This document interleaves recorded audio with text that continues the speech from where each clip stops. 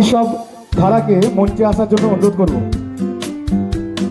আবৃত্তি পরিবেশের জন্য অনুরোধ করব ঋষভ ধারাকে।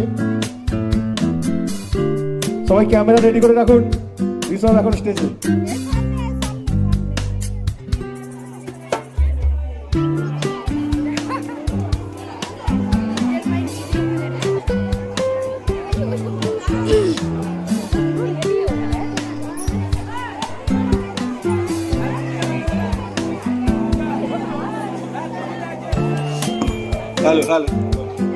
নমস্কার, আমি একটা কবিতা বলছি।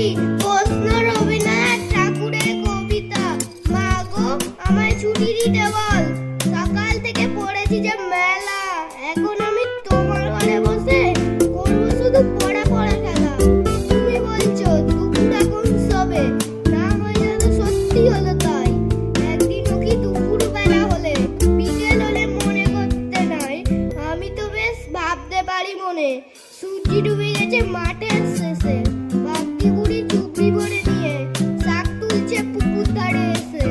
আধার হলো মাদার গাছের তলা, কালি হয়ে এলো দিঘির জল।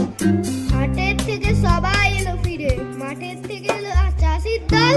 মনে করো না, উঠলো সাদের তাল।